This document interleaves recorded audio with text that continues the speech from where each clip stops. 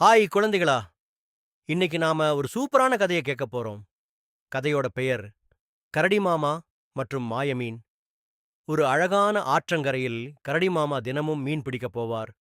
ஆனா ஒரு நாள் ஒரு மீனும் கிடைக்கல. கரடி மாமா சொன்னாரு, ஐயையோ! இன்னைக்கு ஏன் மீன் வரல? அப்போ தண்ணியிலிருந்து ஒரு சின்ன பொன்னிற மீன் வெளியே வந்தது. அது பேச ஆரம்பிச்சது. கரடி மாமா, நீ ரொம்ப நல்லவர். நான் உங்களுக்கு ஒரு மாய பரிசு தர்றேன். அப்படின்னு சொல்லி ஒரு மினுமினுக்கும் வலை கொடுத்தது கரடி மாமா.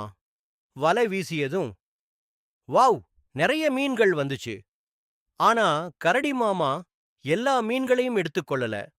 அவர் சொன்னார், சின்ன மீன்கள் தண்ணியிலேயே இருக்கட்டும், பெரிய மீன்கள் மட்டும் போதும். அதை பார்த்த மாயமீன் ரொம்ப சந்தோஷப்பட்டது. அது சொன்னது, இயற்கைய காப்பாத்துறது தான் பெரிய நல்லது. அந்த நாள் முதல் கரடி மாமா எல்லாருக்கும் நல்ல உதாரணமா இருந்தார். கதை முடிஞ்சது. அடுத்த கதையுடன் மீண்டும் சந்திப்போம்.